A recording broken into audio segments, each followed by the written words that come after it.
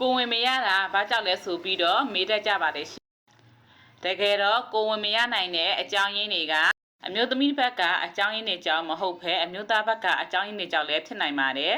မျိုးသမီးတွေမှာမျိုးဥမကြွေတာဟော်မုန်းမညီမျှတာတအိမ်ပြဿနာတွေကြောင့်လည်းကလေးရဖို့ရအတွက်ခက်ခဲနိုင်ပါတယ်အတုပ်ပိုးအရေးအတွက်အားနေတာတုပ်ပိုးလှုပ်ရှားမှုအားနေတဲ့အကြောင်းရင်းတွေဖြစ်နိုင်ပါတယ်ဒါအပြင်အသက်အရွယ်ကြောင့်လည်းဖြစ်နိုင်ပါတယ်ရှင်မျိုးသားတွေဆိုလို့ရှိရင်စိတ်လိမ်အလွန်ကျွံတောက်တဲ့သူတွေအရက်အလွန်ကျွံတောက်တဲ့သူတွေကိုအလင်းချိန်မညီမျှခြင်းတွေနဲ့လည်းကိုဝင်ရဖို့ရအတွက်ခက်ခဲနိုင်ပါတယ်